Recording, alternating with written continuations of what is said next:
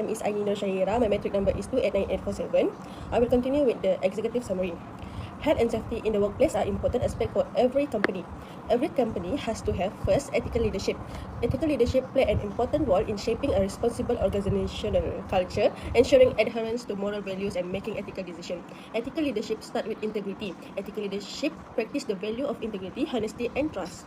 The second one is comprehensive safety policies. These policies are detailed in guideline and procedure established to prevent accident, protect employee from hazard, and ensure regulatory compliance. Comprehensive safety can also be described as a risk assessment and hazard identification. Safety measurement always start with identifying potential risks and hazard at the workplace.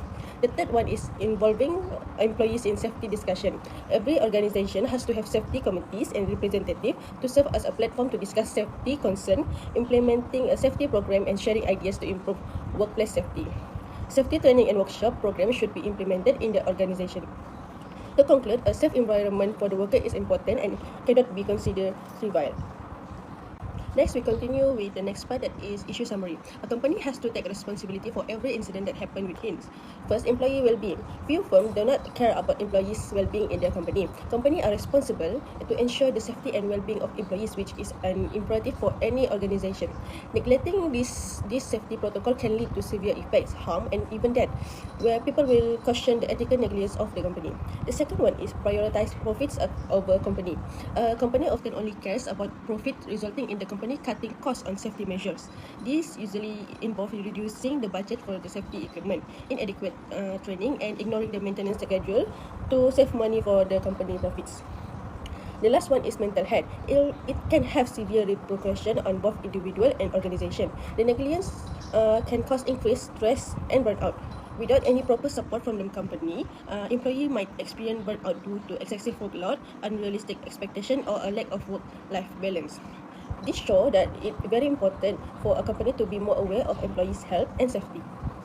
That's all from me. Thank you. Hi, good day, Doctor. I'm Connie Swaran of Pambakanagar. My metric number is 289540. So I'll be moving on to the second part of the report, which is the discussions on the issue. Our issues are related to the safety and health in the workplace. So moving on to the first issue. On 19 December 2020, a Myanmar national was killed in Batuat after he was crushed by an overturned crane at a plant in Perai. The operations officer of the Penang Fire and Rescue Agency stated that the agency received a report that a crane at the steel mill had overturned and fallen on a worker. The crane, which was being operated by another worker to transfer produced steel, had broken down, and the victim was working near the bottom of the crane at the time of the incident. So, it was also brought to the attention of the Department of Occupational Safety and Health, DOSH, that the primary focus of the investigation into this case was based on Section 15 Clause 1, which states that the employer is responsible for ensuring the safety, health, and welfare of the employees while they are performing their work, because in this case, the employer failed to control the entry and exit of contractors into the construction site area. Next is the application of ethical concepts and theories in order to address the problem of crane overturns that led to the death of a worker.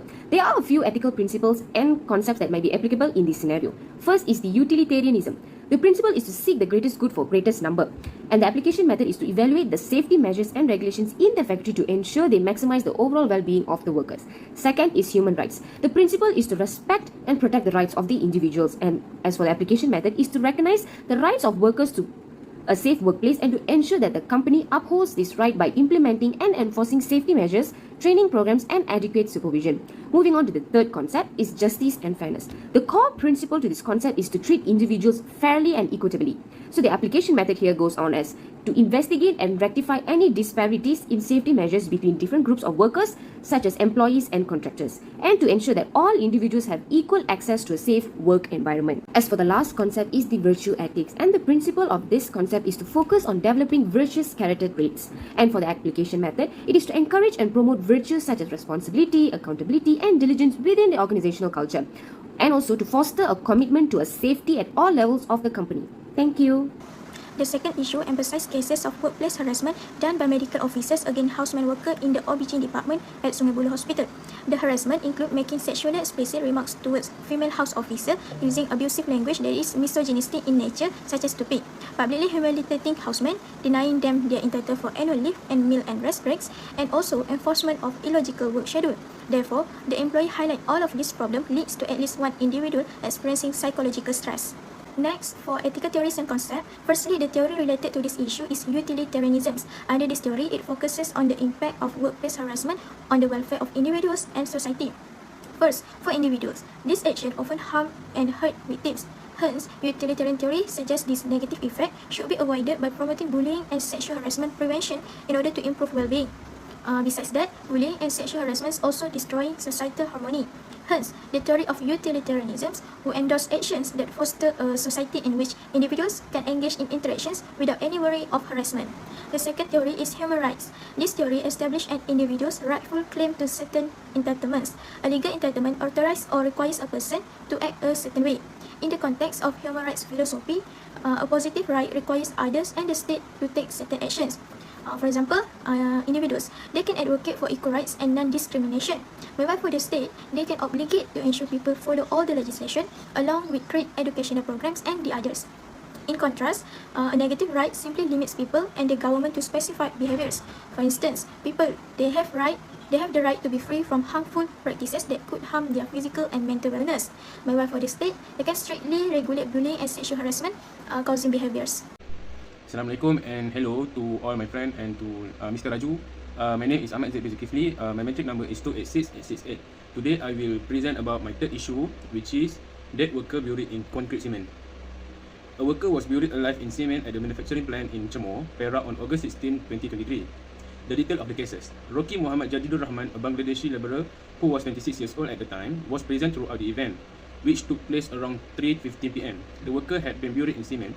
The victim and his two co-workers were using an iron rod and a hammer to break through the hard cement that was covering the manhole at the time of the event.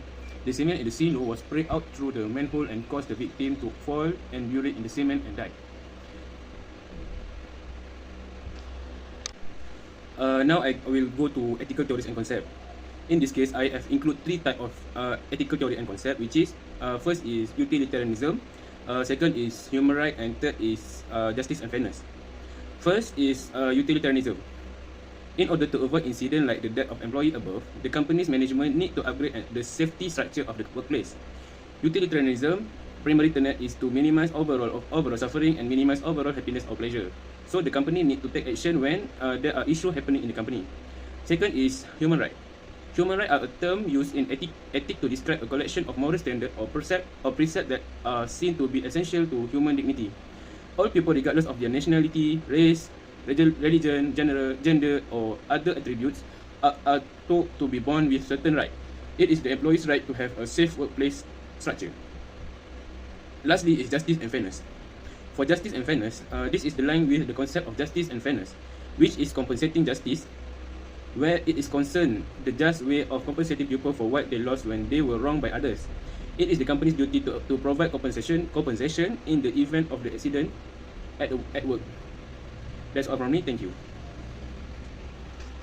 Good day, Doctor. I'm Yesha Perumal with metric number 289956. Next, I'll be continuing the fourth issue, and the issue is about Rohingya labor crushed to death by collapsing brick wall. 2 hurt. This issue is about a subcontractor contracted to do sewage work died after being crushed by a collapsed brick wall. A Rohingya labor tragically lost his life, while 2 of his fellow workers sustained injuries as a brick wall collapsed on them. The group of 3 individuals were constructing the drain using concrete bricks when a portion of the structure unexpectedly collapsed on them.